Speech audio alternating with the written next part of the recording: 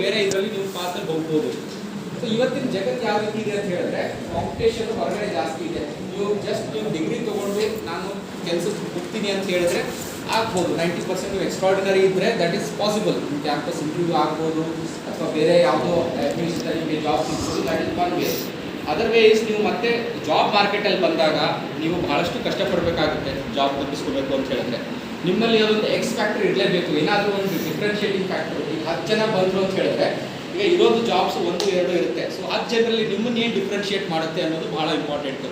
So ಆ differentiating factor ಅದೇನಿದೆ that is very important. So ನೀವು ಏನು ಎಕ್ಸ್ಟ್ರಾ ನೀವು ಟೇಬಲ್ ತರ್ತೀರಾ ಅದನ್ನು ನೋಡಿ ನಾನು ಹೈರ್ ಮಾಡ್ಬೋದು, ಅದು ಭಾಳ ಇಂಪಾರ್ಟೆಂಟು. ಸೊ ಅದು ನೋಡಬೇಕು ಅಂತ ಹೇಳಿದ್ರೆ ನೀವು ನಿಮ್ಮ ಇಂಟ್ರೆಸ್ಟ್ ಮನಸ್ಸಲ್ಲಿ ಏನು ನಿಮ್ಗೆ ಇಂಟ್ರೆಸ್ಟ್ ಇದೆ ಅದ್ರ ಬೇಸಿಸ್ ಮೇಲೆ ನೀವು ಬಿಲ್ಡ್ ಮಾಡ್ಕೊಬೋದು. ಯಾವುದೋ ಒಂದು ನೀವು LLB ಇಟ್ಕೊಳ್ಳಿ, ಯಾವುದೋ ಒಂದು ಅದರಲ್ಲಿ ಕ್ರಿಮಿನಲ್ ಲಾ ಇರ್ಬೋದು, ಸಿವಿಲ್ ಲಾ.